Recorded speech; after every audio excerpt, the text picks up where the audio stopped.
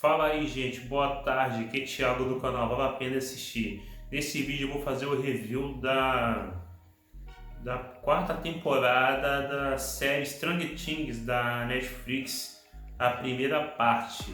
E esse vídeo terá spoilers da quarta temporada. Então, se você não assistiu, eu recomendo você assistir a série primeiro. Antes disso, dá aquela ajuda, dá aquele like no vídeo e se inscreva no canal. Vamos falar por tópicos sobre as coisas que eu achei dessa primeira parte da quarta temporada. Sendo que a segunda parte dessa temporada, que terá 2 episódios, que aproximadamente os dois juntos chegaram a quase 4 horas de série, só estreará em julho desse ano ainda, não do ano que vem, né? Que para ninguém ficar assustado. Essa quarta temporada, ela, na minha opinião, ela tem a abordagem mais séria de todas as temporadas da série, já que os personagens nessa atual temporada ajuda também que eles já estão praticamente todos maiores de idade, né? Que a primeira temporada ela foi ao ar em 2016, quer dizer, há 6 anos atrás. Agora eles já estão mais velhos, então assim, a liberdade criativa da produção, do diretor e tudo está muito maior, já que não tem mais aquela questão de falar que estão agindo com crianças, estão agindo com adolescentes já praticamente numa idade que lá nos Estados Unidos é considerada uma idade adulta. Então não tem como vai se segurar em relação a fazer terror, retratar bullying, retratar coisas mais sérias. E essa primeira temporada, ela começou assim, cada episódio, para mim, na minha opinião, em 7 episódios, eles têm um final muito surpreendente. O primeiro, para mim, o primeiro episódio tem uns finais assim que você já entende por que a série nessa temporada foi dito, né, pelos produtores que elas teriam uma temática muito mais adulta, mais madura. A gente viu no começo dessa temporada que cada personagem principal da história, o Just, o Lucas, a Max, a Eleven, que eles chamam de 11, né, também, né, que até hoje eu não entendi por causa disso. O próprio Will, todos eles estão tentando se achar naquele mundo ali, naquela época, né, que a série se passa nos anos 80, então eles estão tentando se achar naquela época. O Lucas, ele quer deixar de ser taxado como nerd, ele entra pro time de basquete. A gente vemos um mini arco dessa parte dele nesse time de basquete, tentando se tornar popular, se juntando com aqueles valentões lá que acreditam que aquele jogo de tabuleiro que joga os amigos dele, que até ele mesmo joga, que ele, infelizmente, ele larga os amigos dele para tentar ser popular, e ele fica com aquela visão falando que os companheiros dele, que aquele jogo ali ele não joga, que ele joga a irmã, né? Com vergonha. É uma coisa assim até certo ponto até normal, porque os nerds nos anos 80 eles sofriam muito bullying e eles tinham uma certa vergonha, né, de assumir que eles eram daquele jeito, que gostavam daquelas coisas que na época eram consideradas extravagantes. Então meio que eles tinham um pouco de vergonha daquilo, uns queriam sair daquela imagem de nerd, queriam se popularizar, uma coisa assim totalmente normal na minha opinião.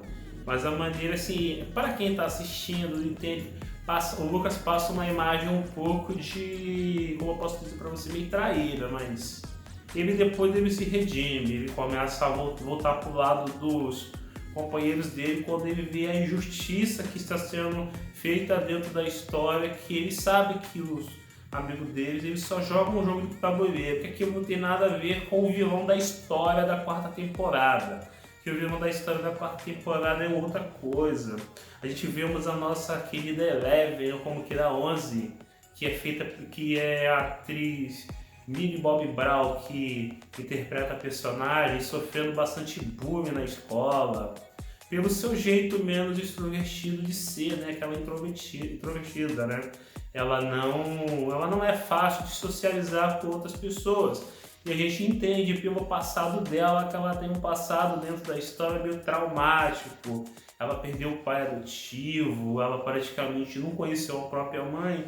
Então, dentro da história, a gente que assistiu a primeira, a segunda, a terceira temporada, a gente entende que na quarta temporada ela teria uma adolescência, um crescimento dessa maneira, né? E a gente esperava que o Mike ele daria um apoio para ela nessa situação, mas é visto na história que o Mike não está tão próximo da Eleven ou da 11, né, como queira, do jeito que a gente esperava que ele tivesse, que infelizmente parece que o Mike está afastado da 11.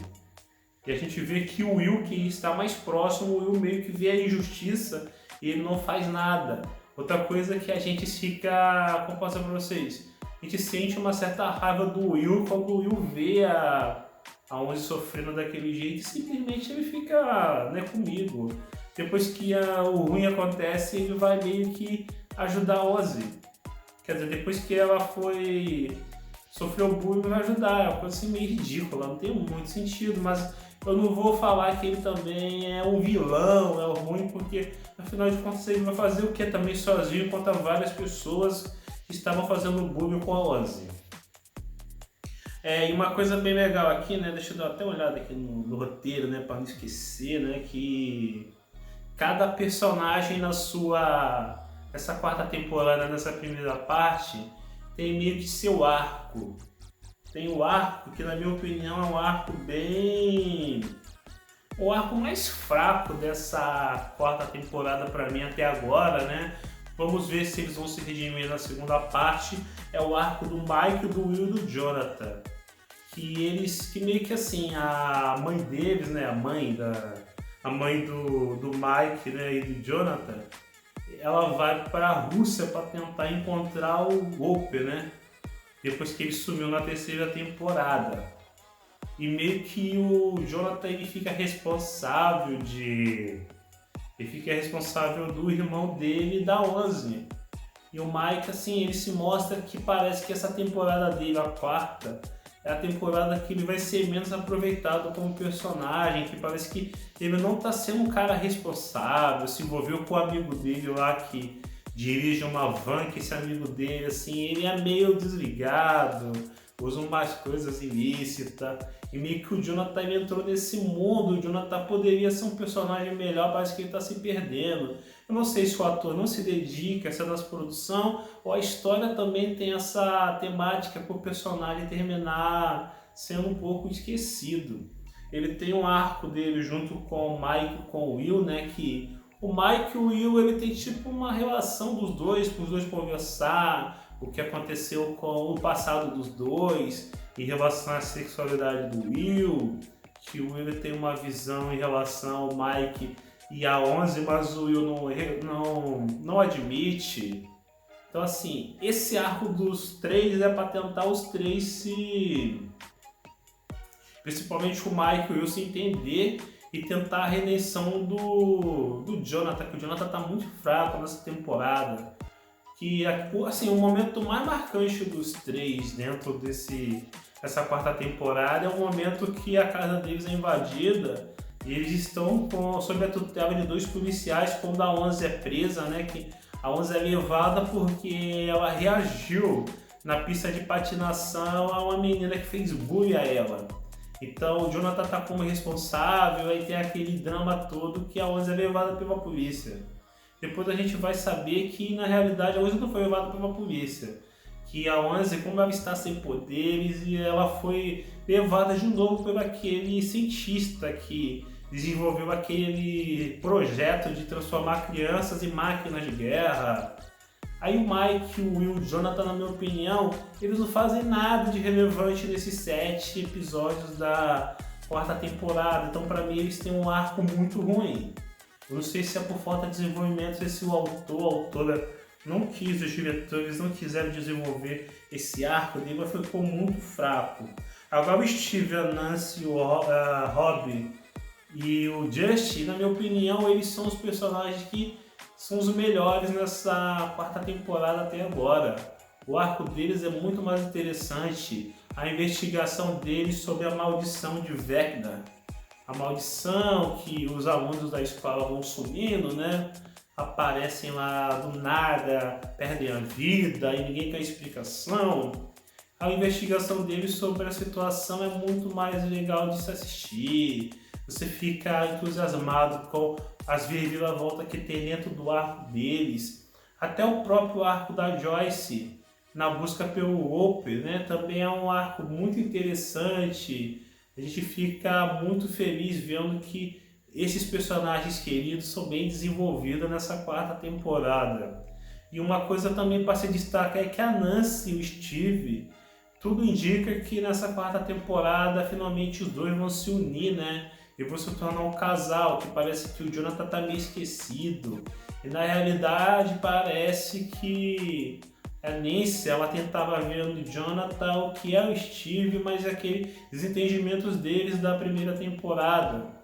E parece que pelo Steve ser um personagem querido pelos fãs da série, parece que o Steve vai ganhar bastante destaque. E vai ser um personagem que ele vai terminar com a Nancy, né? Tomara que ele não perca a vida, porque ele se arrisca muito nessa série. Ele é um personagem muito querido e a química que ele tem com a Robin, que ele tem com a Nancy, que ele tem com o Justin, é um clima assim que a química deles, o clima dentro desse arco deles é muito legal de se assistir. E o Justin também tem bastante destaque, revelado que ele é muito inteligente, que ele é acima da média na inteligência dele, que ele resolve muitas coisas que os outros não conseguem entender. E uma coisa assim, né, que depois da ascensão de Lucas, né, que o Lucas ele meio que foi pro lado errado e depois ele voltou, ele tenta se reaproximar da Max, que a Max ela se afastou dele, porque a Max ela meio que queria o espaço dela e também aquela questão da perca que ela perdeu o irmão dela na outra temporada, o Billy, e ela se sentiu meio culpada porque o Billy salvou a vida dela. A Max também ela está excelente nessa temporada, está se desenvolvendo muito bem. O primeiro personagem que tem um risco sério dentro da história nesse arco é ela, mas ela consegue se salvar, né, com coisa incrível que um monstro daquele igual o Vecna. Qual é o que salvou a Max? Música. Que a música consegue tirar o personagem do transe. É incrível aquilo ali, mas é muito criativo aquela parte ali. Deixa eu ver mais uma coisa aqui que eu anotei para não esquecer, né? Deixa eu ver aqui, já falei do arco da Joyce. Deixa eu ver aqui. Uma coisa que eu também não posso esquecer de falar é do Ed, né? O Ed é aquele personagem que chegou como quem não quer nada, a gente acreditando que aquele é um personagem mais bobo, igual aquele personagem que é ligado ao Jonathan, mas ao contrário, é um personagem muito bacana. O metaleiro Ed, que é aquele cabelo exótico dele, seu jeito humorado, é um personagem também que, na minha opinião, quando a quinta temporada, a última, eu espero que ele tenha bastante destaque, que nessa quarta temporada ele tá agradando muito, na minha opinião. O que vocês acham do Ed? Vocês acham que o Ed é um personagem bacana ou vocês acham que não? E essa maldição de Vecna também, essa maldição também é posso dizer para vocês que é bem assustadora. E uma coisa para se falar, né, falamos agora dos personagens, tudo, uma coisa que eu tenho que falar também que eu acho que as pessoas às vezes elas fazem uma análise sobre uma série e elas não falam de uma coisa essencial, a parte técnica. Vou falar para vocês, o roteiro dessa quarta temporada, esses 7 episódios, é um roteiro muito bem feito, cada episódio mais de 1 hora e prende quem está assistindo. Aquele grande finale, aquela parte final assim, os últimos 10 minutos do episódio, cara, prende todo mundo que está assistindo, que você não sabe o que vai acontecer, você não sabe se o personagem vai morrer, se ele vai se salvar, cara, é incrível, muito bem feita essa direção. E uma coisa também para falar, a trilha sonora também, a parte técnica sonora também está incrível. Você sente o terror na pele quando você está assistindo, você sente medo. E outra coisa também que, para se falar que está muito bem feito na série, é a fotografia, cara.